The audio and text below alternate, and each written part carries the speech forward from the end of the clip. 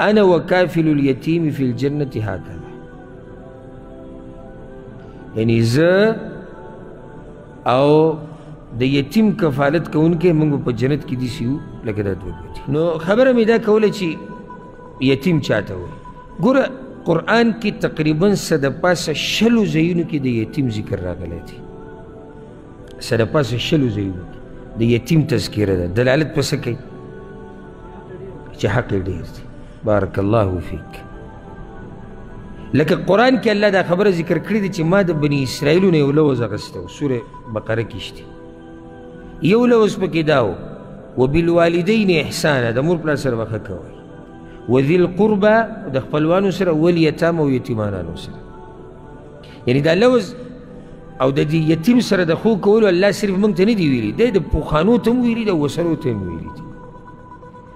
بلکې الله دا خبره ذکر کړې ده چې اصل نیکي دا ده. سوره بقره کې الله وی ولکن البر، اصل نیکی د هغه چا ده چې ایمان یې راوړی دی په الله، په آخرت، په ملایکو، په کتابونو، په پیغمبرانو. وآت المال على حبه، او لګولی دی مال سره دی چې مال سره محبت دی په خپلوانو، والیتامه او په یتیمانانو. بلکې الله رټنه ورکړې د هغه خلکو ته چې څوک د یتیم عزت نه کوي. کلا بل لا تکرمون الیتیم، الله وایي تاسو د یتیم عزت نه کوئ. رب العالمین یې تپوس کړی دی. ګوره ولې؟ ځکه چې د تپوس یې څوک نشتی، چې د تپوس یې څوک نشتی. الله د دومره زورونه ولې ورکوي او ولې دې خبرې له دومره زور ورکړی؟ ځکه چې تپوس یې څوک نشتی. الله وایي تپوس یې وکړه. او یاره ډېره د افسوس خبره ده چې کله زموږ دې معاشرې ته موږ وګورو که نه، څومره پکې داسې ښځې ګرځي چې د هغوی د تپوس څوک نشتی. او زموږ سره ګاونډیان یې اکثر څومره یتیمانان، غریبانان په دغه کلي کې اوسېږي، موږ ته معلوم هم دي، د هغوی د تپوس څوک نشته. دا ګورې زموږ دپاره ډېره د افسوس او د شرم خبره ده چې په دومره کلي کې، په دومره غټ ښار کې، په دومره غټه معاشره کې، علاقه کې یتیم ګرځي، خو څوک نشي چې په سر ورته لاس کېږي. کونډه غریبه کور کې ناسته ده، خاوند یې مړ دی یا یې طلاقه کړې ده، خو څوک نشته چې هغې تپوس وکړي. مشره ښځه، بوډۍ، زوی ترې مړ شوی دی، څوک نشته چې رزق وله وګټي، خاوند ترې مړ دی، څوک نشي چې دې تپوس وکړي. او بیا موږ دا تپوس کوو. خبره بیا دې له راله چې ولې زموږ دا حالات ګډوډ دي. ما پرون هم په دې خبره وکړه، بله ځل هم دا خبره وکړه. زموږ دا حالات هسې نه دي ګډوډ. الله چا سره ظلم نه کوي. ګورې الله ظلم د هېچا سره نه کوي. ته زموږ حالات وګوره او شروع د هغه ګاډۍ والا نه وکړه کوم چې په لاره کې ولاړ دی چې هغه څومره دوکې دړاکې کوي، او بیا به برځه، او بیا زموږ ظلمونو ته وګوره، او بیا د دې چا چې په موږ باندې حق دی د هغوی په حق کې کوتاهیانو ته وګوره. د هغې نه بعد بیا راځه خبره کوو چې ولې الله په موږ باندې داسې قسمه حالات راوستي دي. نو یتیم الله د یتیم تپوس کړی دی. په بل ځای کې الله وایي فاما الیتیم فلا تقهر، ای پیغمبره یتیم به رټې نه. ګورې رټې به یې نه. ولې به یې نه رټې؟ اسرې نشتی، پلار یې نشتی، خو دا ورسره فایدې ادا کړه. د دې دا مطلب نه دی چې ادب ورته مه ښایه، ادب به ورته ښې. اگر که وهلو ته پکې ضرورت راشي نو مناسب گزار هم کولی شي. او ځکه صحیح بخاري عفوا امام بخاري په الادب المفرد کې دا د هغه بل کتاب ده، په هغې کې روایت راوړی عایشه رضی الله عنها وایي زه یتیم وهمم د تربیت دپاره. او دا روایت هم امام بخاري راوړی دی. اسماء ابن عبید وی ما تپوس وکړو د ابن سیرین رحمه الله نه، امام ابن سیرین، چې عندي یتیم، زما سره یو یتیم دی، څه ورسره وکړم، یعنې څنګه تربیت وله ورکړم. وی ما ته وی چې څنګه چې د خپل بچي سره کې داسې ورسره کوه، او په کومه خبره چې خپل بچی وهي په هغې وهه.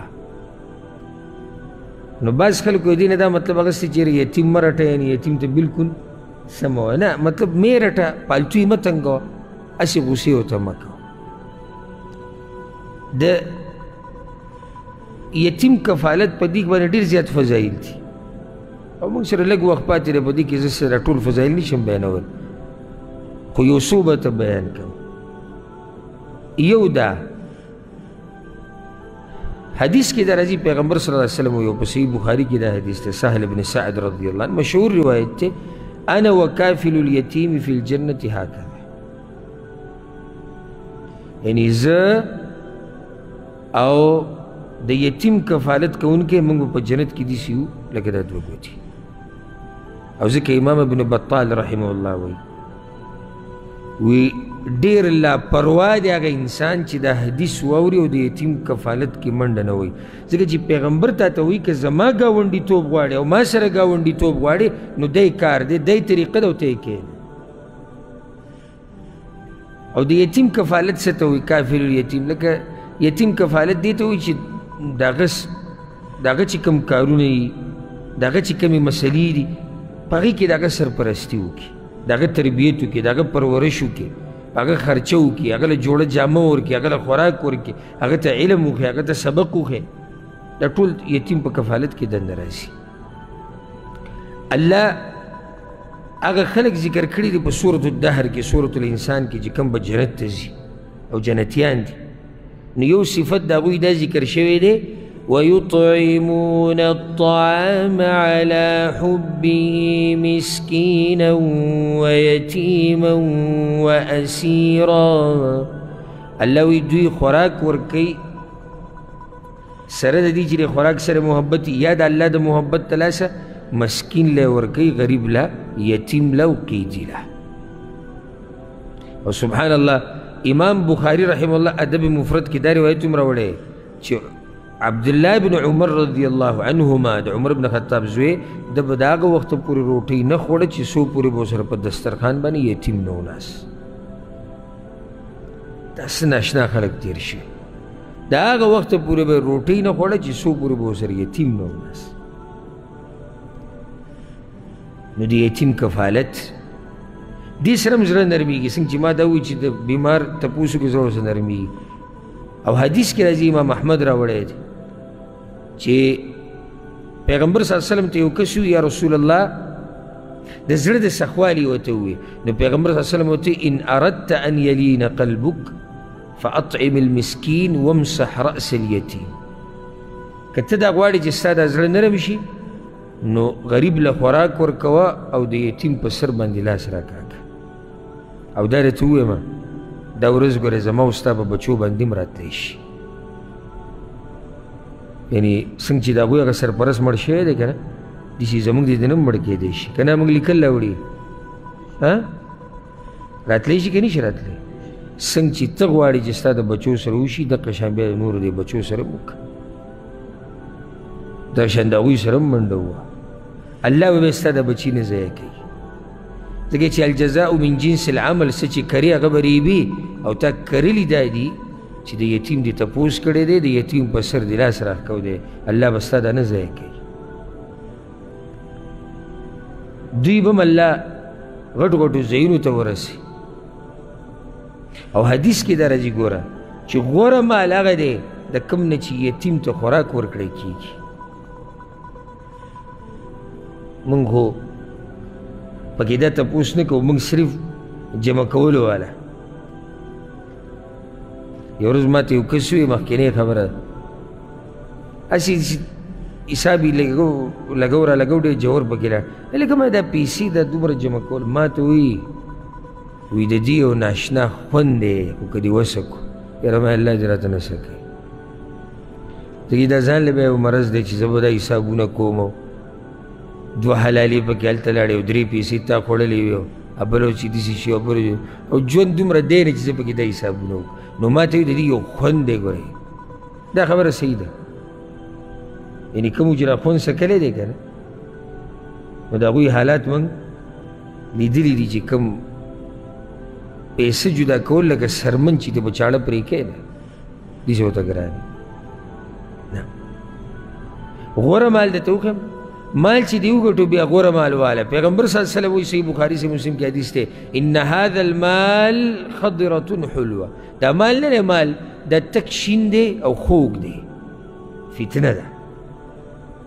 الله ولې دا پیسې خوږې کړي دي؟ فتنه ده، ځکه که خوږې نه وی نو بیا امتحان نه کېدو. بل تک شین دی، تک شین نو یې معنی چې منظر هم ښایسته دی او خون هم مزېدار دی، نو په دې کې د ایمان پته لګي. فنعم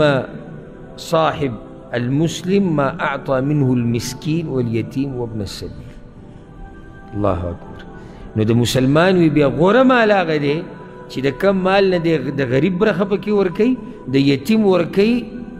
او په لاره د تېرېدونکي د مسافر پکې ورکوي. دا غوره مال دی. نو د یتیم تربیت او د یتیم کفالت، او لازم نه ده چې ته د یتیم پوره کفالت وکړي. یو سړی به دا وایي چېرې دا خو ډېر ګران کار دی، زه به د یتیم پوره اگر که دا هم ګران نه دی، یعنې ستا بچي مثال کې 5 لګیا دی خوري که نه، یو دی پکې څه شي؟ که ستا 6 بچي شي یا به څه کې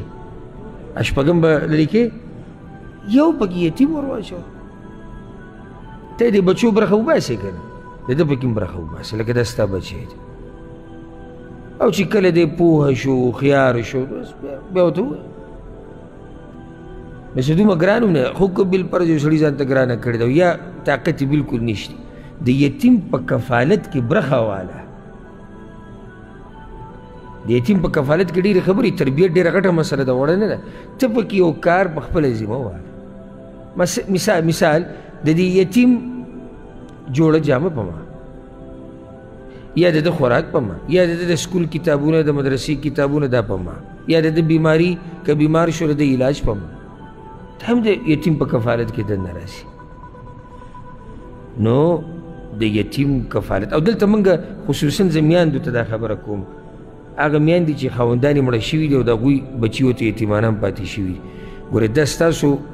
په غاړه کې لویه ذمهواري پرته ده، او بل د یتیم د کفالت اجر به درته میلاویږي، ځکه ستا د بچی یتیم دی.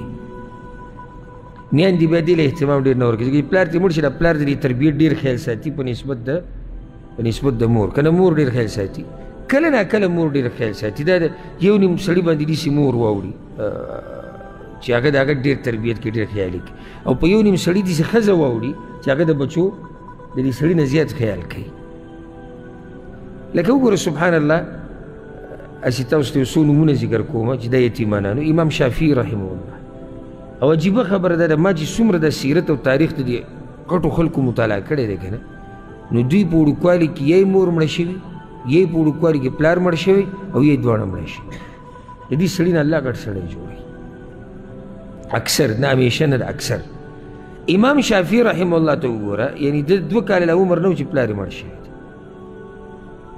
او ډېر د غربت ژوند یې په خپله دا وایي، وایي زه یتیم وم، د مور سره اوسېدمه، او د هغې سره دومره څه نه و چې زما استاذ لی ورکړی وی چې ما ته علم ښوولی وی. نو د یو ځینه د بل ځینه په ما علم وکړو. څنګه سړی ته الله جوړ کړو. امام احمد بن حنبل رحمه الله، دی د مور په خېټه کې چې پلار یې مړ شوی دی، او دم د غربت ژوند تېر کړی دی، او په خپله دا وایي، وایي زما مور به زه د سحر منځه نه مخکې راپاڅولم وختي، او په جمع کې به راته اوبه ګرمې کړې، او زما عمر لا 10 ته هم نه وم رسېدلی. وایي چې اوبه ما به اودس وکړو، اوبه به ګرمې وي، ما ته وایي چې په تهجد ودرېږه. بیا به ما تهجد وکړو، چې تهجد به مې کله وکړو نو هغې به هم تهجد کوم، په تهجد ولاړم. داسې میندې په کار دي، داسې میندې احمد ابن حنبل راوړي، داسې میندې. نن سبا چې کومې دي دوی نه دغه دي، دا کوم چې ته یې په انټرنیټ وباندې تربیت اثري، د مور او د پلار اثري. بیا به یې څه چل کوو، بیا به جومات ته بوتلمه، جومات وایي زموږ نه ډېر لرې او تیاره به مو وه او جمع به مو، نو د سحر منزله به جومات ته بوم، ما ته به دا وي زوی سړي په جوماتونو کې مونځ کوي، کورونو کې نه کوي. نو یوازې خو به تلی نه شو ماشوم، نو ما سره به لاړه. نو کله به 2 حالات، چې کله به هلته علما به پخوا به علماو په دې جوماتونو کې دا علم بیانو دا یونیورسټیانې دا خو وروسته جوړې شوي دي نو هلته به علماو ته زه کېنولم نو څه چل به وکړو سهار مونځ به هغې هم په جومات کې وکړو هغې به هم سهار مونځ په جومات کې وکړو بیا به زه ناست وم د علماو سره په هغه وړوکوالي کې او ماله به یې څه چې د لیکلو وسایلو هغه به یې راله اخیستي او خوراک به یې راله راکړی و او زه به د علماو سره کېنولی وم او هغې به ما ته په جومات کې انتظار کوو چې کله به ماسپښین دا درسونه او علم دا حلقې ختمې شوې بیا به زه لاس نیولی وم کور ته به یې راوستم او به ورسره هلته ناسته وه او چې کله به دغه نه و نو بیا چې به مونځ وکړو نو بیا ما ته بهر ولاړه وه زه به بیا کور ته واپس راوستم شان امام بخاري رحمه الله نو مور چې د بچي خیال وساتي که نه او تربیت یې وکړي نو الله ته غټ سړی جوړوي زموږ خو ټول سوچ دا دی چې دی بس سبا له مړه پیسې وګټلې موږ لی راوړي زموږ پیسې دي که سبق وی او که نه وی بعض وی داسې وی که وی او که نه وی موږ له خو به پیسې خو به راوړي که نه که نور څه نه شي کولی 100 روپۍ د اړې خو پیدا کوي که نه او دا ما د یو کس نه اورېدلي و داسې دغه شان مې ته اورېدلي وی زموږ یو خپل دی د هغه 9 بچي دي که لس دي ټول هلکان دي وی که نور هېڅ هم زه پې څه کوم چې هر یو راله 200-300 روپۍ د ورځې راوړي نو لوی شی ته جوړېږي دا وړوکی سوچ دی رزق به موږ ته الله راکوي بچي موږ د رزق نه راکوي بچي نو موږ خوراک کوو او کېدی شي بچي نه او موږ بیا هم رزق خورو که نه نشي کېدی نو دا رزق موږ له بچي نه راکوي ته ښه سوچ وکړه چې زما د بچي نه الله غټ سړی جوړ کړي په دین او په دنیا کې الله به دله دنیا هم درکړي الله به دله آخرت هم درکړي